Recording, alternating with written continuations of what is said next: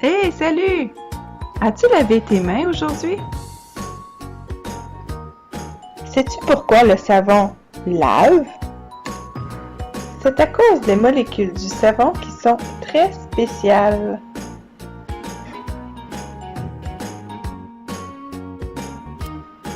Ces molécules sont formées de deux parties, la queue, qui est hydrophobe, et la tête, qui, elle, est hydrophile.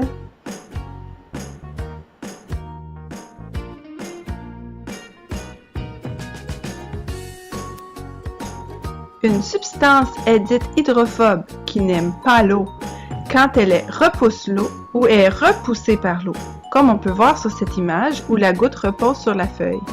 Un composé hydrophile qui aime l'eau est un composé ayant une affinité pour l'eau et qui a tendance à s'y dissoudre. Ok, mais cela ne m'explique pas pourquoi le savon lave mes mains. D'accord. Allons voir de plus près ce qui arrive aux saletés sur nos mains au contact des molécules de savon.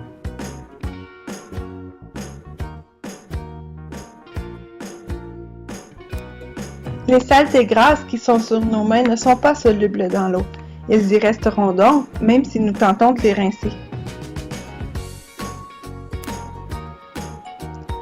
Si tu passes tes mains sales sous l'eau, elles ne se nettoient pas complètement. En fait, il n'y a que les quelques particules de saleté superficielles qui se feront emporter par l'eau.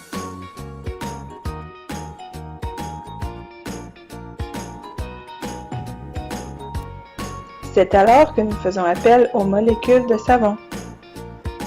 La tête est un groupement de carbone et d'oxygène et elle est hydrophile. Elle est polaire, ce qui lui permet de se dissoudre facilement dans l'eau. La queue est un groupement d'hydrogène et de carbone. Cette partie est dite hydrophobe et lipophile, car elle retient les graisses. Elle est apophyte.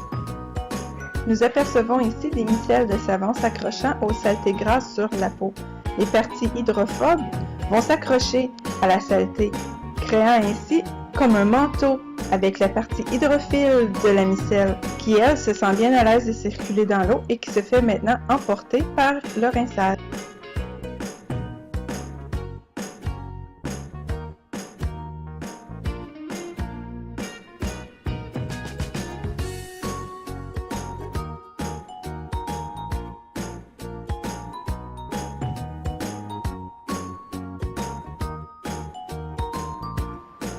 Voici donc pourquoi il n'est pas efficace de n'utiliser que de l'eau pour se laver.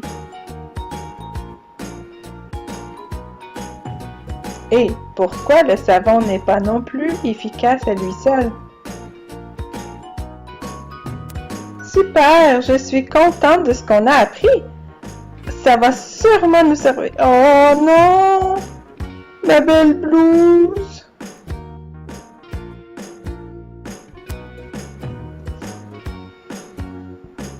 Qu'est-ce que je vais faire?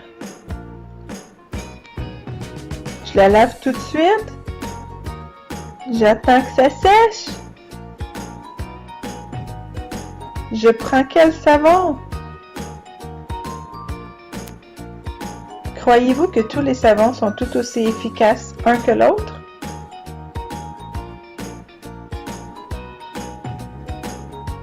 Croyez-vous qu'il n'y a que le savon qui enlève les taches?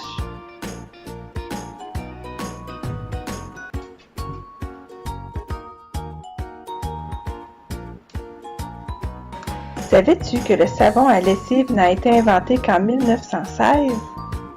Je me demande bien ce qu'utilisaient les gens avant ça pour laver leurs vêtements. Et si on essayait de trouver une alternative au détergent à lessive?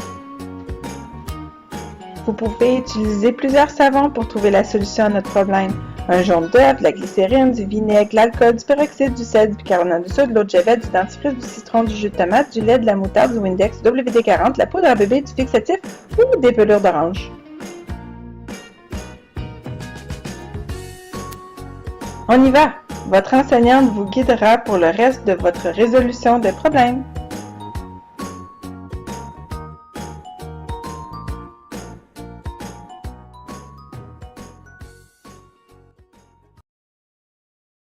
Created using Powtoon.